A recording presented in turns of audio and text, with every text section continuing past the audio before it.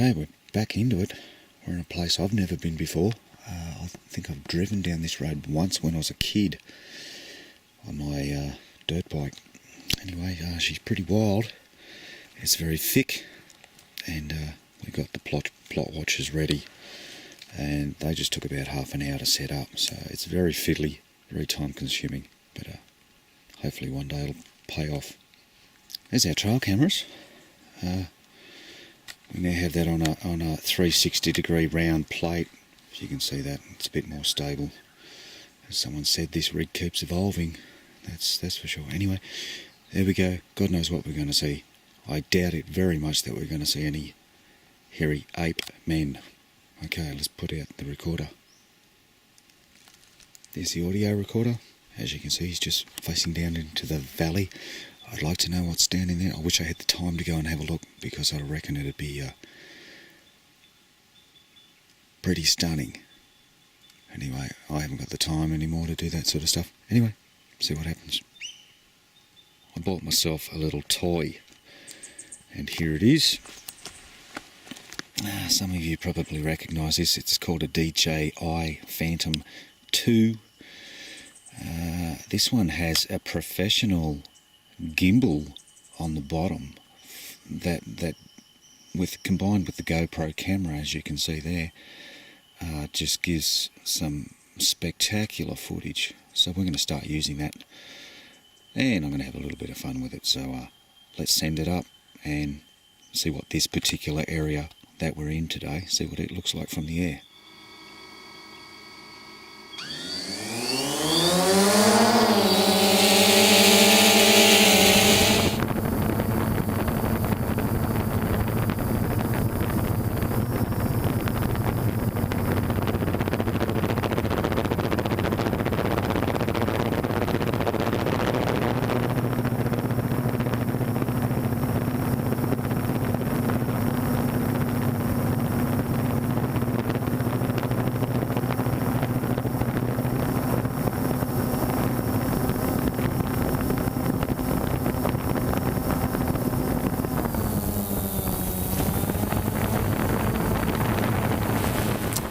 The trail cameras aren't sensitive enough to catch anything we're looking for, but the plot washers caught a couple of interesting pieces, but nothing for certain.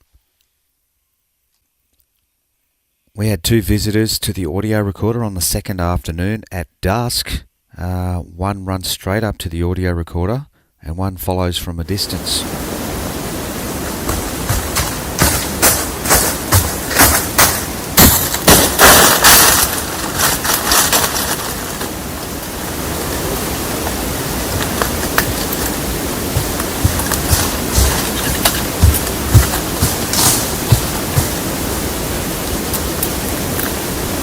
The distant subject has a gait larger than a wallaby, and the closest subject has a gait shorter than a wallaby.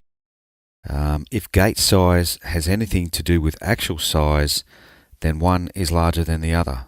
The distant subject takes an average 31% more steps than the average wallaby, and the closest subject takes an average of 47% more steps than your average wallaby. Now, I'm not heavy enough to replicate the footsteps of the distant subject, so whatever they are, they're not acting like wallabies. We also collected another territorial display with a number of similarities to one we collected over a year ago, including barking, whistles, yelps, and this one has wood knocks as well. Now, I had to squeeze this one a fair bit so you could hear it, so it's not the best quality.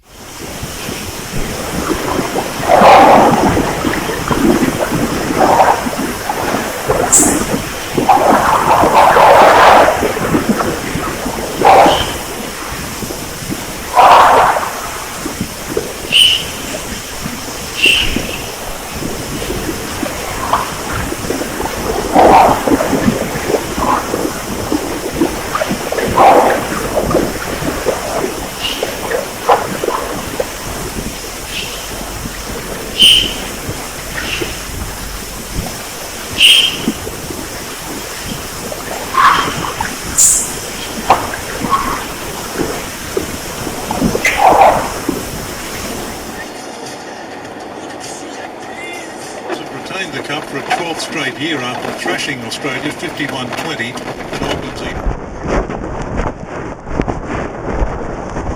Morning. Round 2 of this video, if we get something. The rig is new. It's another new rig. Yeah, I've changed it again so I can put everything on one spot. I would still like to have the telescope in conjunction with that as well, but I've just got to try and figure out how to do that. I want to put all my chances in the one basket. I don't want 3 separate chances in 3 separate areas. Anyway, you can see the area we're in.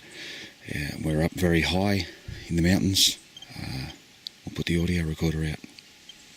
There's the audio recorder. And I've never been here before. I've never been in this area, so I will be expecting at least some running, stomping around or whatever. Not sure about calls up here because we're a long way from anywhere. Anyway, let's see what happens. We'll send up the drone and have a look from the sky.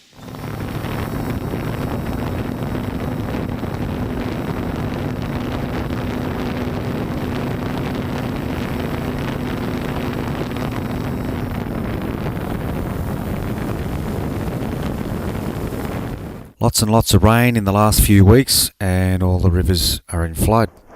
Not a whole lot of anything exciting collected in this area, but there was activity. The cameras missed, but the audio recorder doesn't seem to miss anything, and we collected running on the second morning.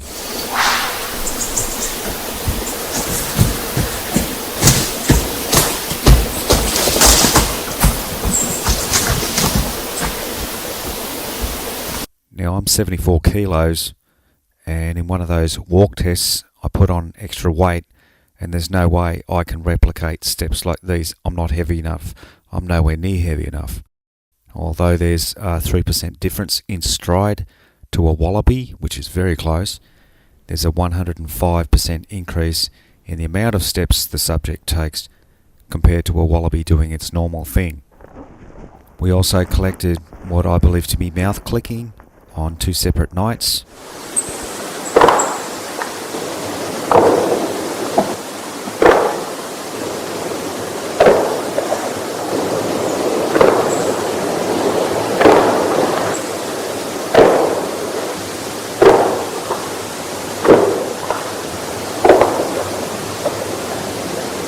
And if we zoom in, we can actually see that these noises are actually multiple noises joined together in a very short space.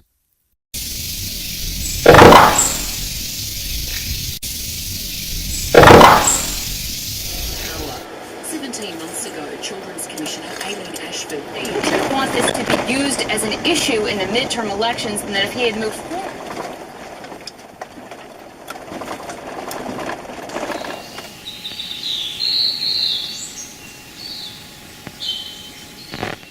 We're back out in the middle of nowhere.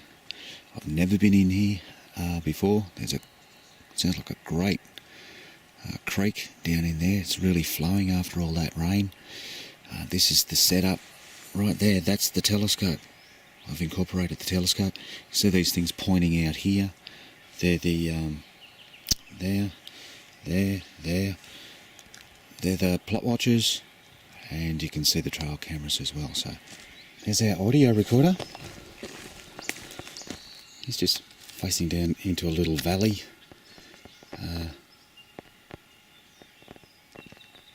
I like to keep it out in the open so they can see it. So it's approachable, so it's easily seen.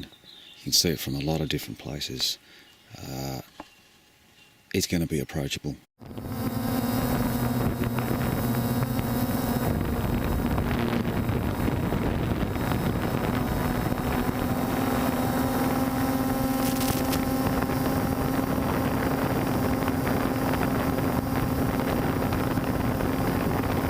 We collected a number of interesting pieces of audio here. Firstly, what I believe to be mouth clicking and a response.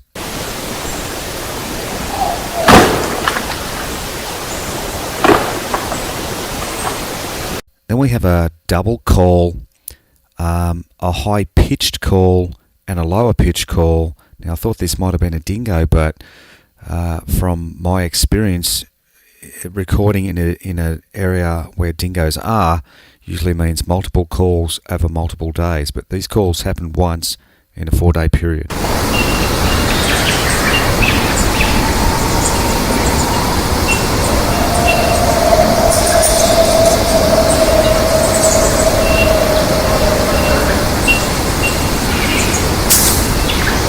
Then we have what sounds like voices followed by a distressed call from some type of bird. This may be hunting.